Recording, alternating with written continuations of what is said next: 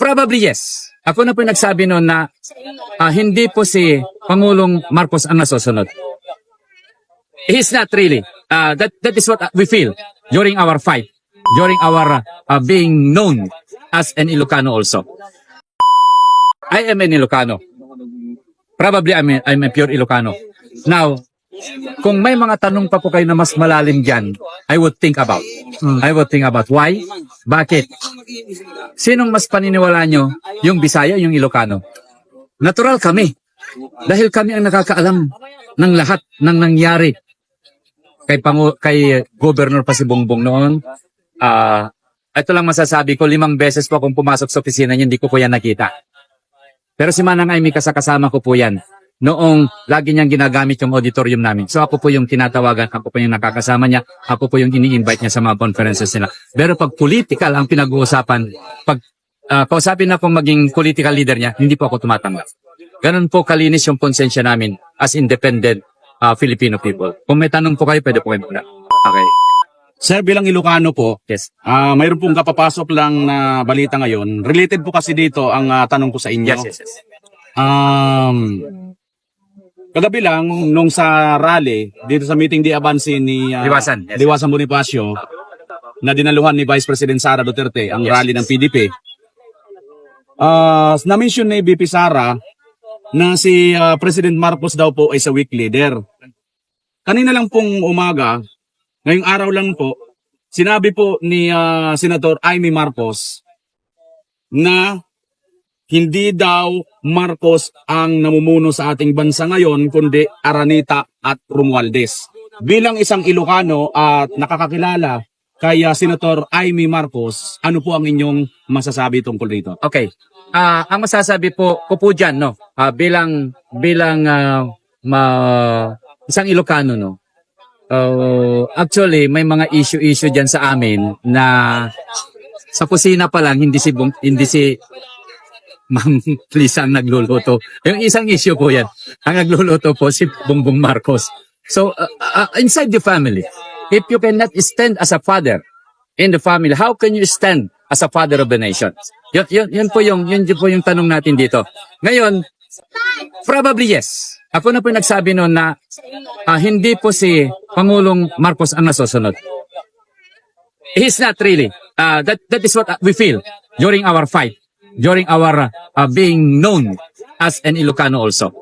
So the thing here happened is, tingin niyo si Pangulong Bongbong Marcos makapag-run as presidency, magastusan niya yung sarili niya na wala siyang negosyo, wala siyang pera?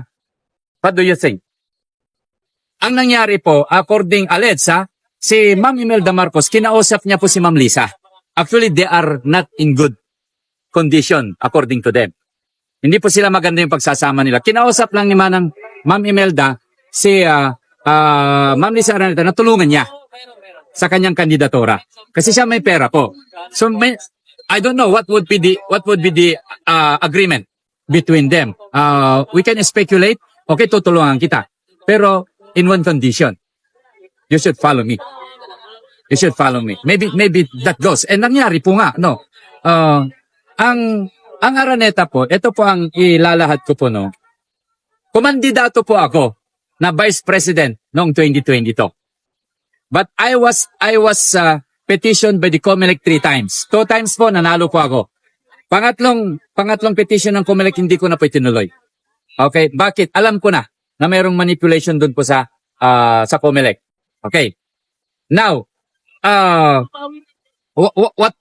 what is our aim? Yung hindi pagpasok as being the Vice President candidate during that time, ay alam ko na yung maging kahinatnan. So tinuloy po namin yung movement namin. Hindi po kami natina. Ako lang po yung Vice President na nagtuloy, na nagserbisyo sa taong bayan, na wala pong tinanggap na anuman. So, ako po, sa relasyon ng Presidente at ng ating First Lady, nung nag-file po ako, pinetition po yung Presidente ko po. Yung President candidate ko po, pinetition ng mga Marcoses. Kasi bakit? Magkapelyado po sila. Po si Tiburcio Marcos. Okay, kung maalala nyo.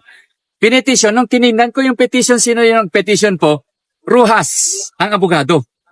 So tinanong ko po doon sa may hawak na legal counsel ni Tiburcio, bakit Rojas po ito nag-file ng nullification of the candidacy of Tiburcio wherein they are Marcoses. So doon ko po nalaman na si Ma'am Lisa Araneta is pinsan po ni Mar Rojas. So ano pong magiging conclusion po natin? Two colors but one recognition, one identity. Yun po. So ako po yung naglalabas po ng issue po dyan na the Trojan horse is progressive. Bakit? Halos NPI na po nakapasok po sa Congress natin eh. That's a question. Now, ano ang nangyari? Nagsanib puwersa ang paksyon ni Romualdez sa mga NPA. Not knowing na ang plano ng mga NPA ay isunod si Bongbong Marcos. They were not aware for that.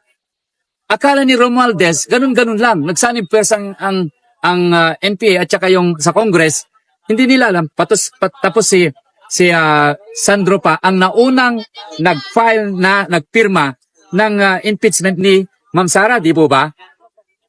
In the filing of the impeachment, that is already complete unconstitutional. Bakit? Isa lang dapat ang ifina-file na impeachment sa isang taon. Anong ginawa? 4, panlima po yung December 5. Nakatutok po kami dyan. Kasi kami po yung isa sa nag-question sa Congress, sa Senate, bakit pinayagan ninyo, bakit tinanggap ninyo yung impeachment proceedings sa Senado? Na gayong illegal na po yung proseso. Anong gawin naman nila? Yung for na petition, hindi po yun ang kinonsider nila. Yung last petition po na ilang araw lang po, isang araw, tapos kahapon, isinerve na sa Senate. Ganun po bang proseso ng Constitution? It's illegal. But I am not a fan of Ma'am Sara Duterte. But of course, in and out po ako sa opisina. Ang hininakit lang po namin sa opisina ni Ma'am Sara, tambak po ang papeles po namin dyan. Pero never na nag-response po. So nag-suspetsa kami na may sindikato sa opisina ni Ma'am Sara. At dyan ang nangyayari po sa lahat ng departamento ng gobyerno. May sindikato po sa receiving office ng mga matatas na opisyal. Sinaasala po nila yan. Kung yan ay ayaw nilang palusutin, hindi po nila ididiretso yan sa Pangulo, sa Vice Presidente, or sino man. So, yun po yung ano natin. So, yung question po na hindi po ba talaga Marcos ang andyan at namumuno? Ako pa lang po, di pa lang po nagkandidato si Kuya Bongbong. Isa po kami, bata pa lang po ako, sinabi na hindi po tunay na Marcos po yan. Kasi patay na po yung Marcos noong 1975. Bata pa lang po kami niya. So how can you prove now that Marcos is really the one administering the government today, the administration today? Ano ang sagot ni Sir Marcos? Si Bongbong, sabi niya, kung magpapa-DNA ako, the death of the living legend will no longer exist. Yung legendary, yung urban legend, di mamamatay na. Eh kung ikaw tunay na Marcos, bakit hindi ka magpa-DNA to prove? Kaya nga po hindi po nabubuksan yung mga kayamanan natin because they are not authorized. They are not the real Marcos. Okay, mababanggit ko lang po yun. Now, anyway, in political career, it doesn't matter if you're the son of the president or not. What requires the COMELEC is you are an experienced politician. So 40 years, okay, pasado po siya. But ang tanong, hindi po pa nag-imbestiga ang taong bayan kung may nagawa siya sa Ilocos Norte? Kung meron siyang what I'm talking is facts. Hindi po paninira po ito. Facts po ang ating i-deliver. Punta kayo sa Ilocos, tanungin nyo kung mayroong tatak Bongbong Marcos na project doon. Puro sa kanyang ama. Pero sa kanya, wala po akong nakita. Okay, as an Ilocano. Now, what will be the impact that we are deceived that he is the son of Marcos? Bakit? What did the Filipino expect? In-expect ng mga Pilipino na matupad yung federalism. Pero anong nangyari? Di ba ginamit pa niya? Okay. In-expect ng taong bayan na mamubuksan yung mga kayamanan. Which is evidently hawak po namin yung mga dokumento ng mga ginto, mga pera na nasa ibang bansa. And we already proposed that to be deliberated in the Congress and the Senate. Pero anong ginawa nila? Hindi po nila pinansin. Bakit? it is this in related to the oligarchs. Kasi bakit? Pag na-release ang mga pera ng taong bayan, yung 5 million na royalty ng bawat mamamayang Pilipino, tingin nyo magpapaalipin kayo sa mga business ng mga oligarko? Never. You will have to create now your own business.